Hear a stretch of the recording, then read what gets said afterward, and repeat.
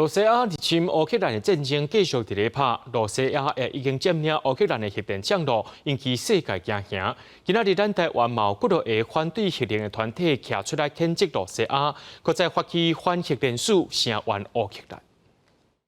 罗西亚攻占乌克兰车洛比的核电厂，而且把发电切断，唔那周围国家、全世界拢对是毋是会造成辐射污染有疑虑。台湾的反核团体车则发起联署，声援乌克兰嘛谴责罗西亚。过去的战争里面可能都没有离核电厂这么近，而乌克兰是一个使用到51%的核电，而他们境内的核电厂不但有欧洲最大核电厂，甚至还有当年的车诺比核灾的遗迹，这些都导致让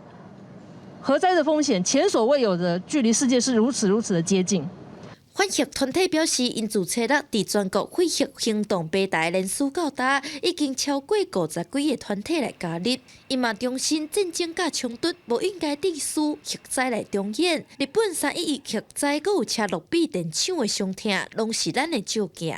因此，我们很希望核市场既然在公投否决之后，我们希望核市场能够尽早的去把它拆厂，然后转型。我们虽然核电厂都即将迈向除役，可它仍然是一个威胁，所以更迫切的需要来好好的讨论我们核废料如何放置。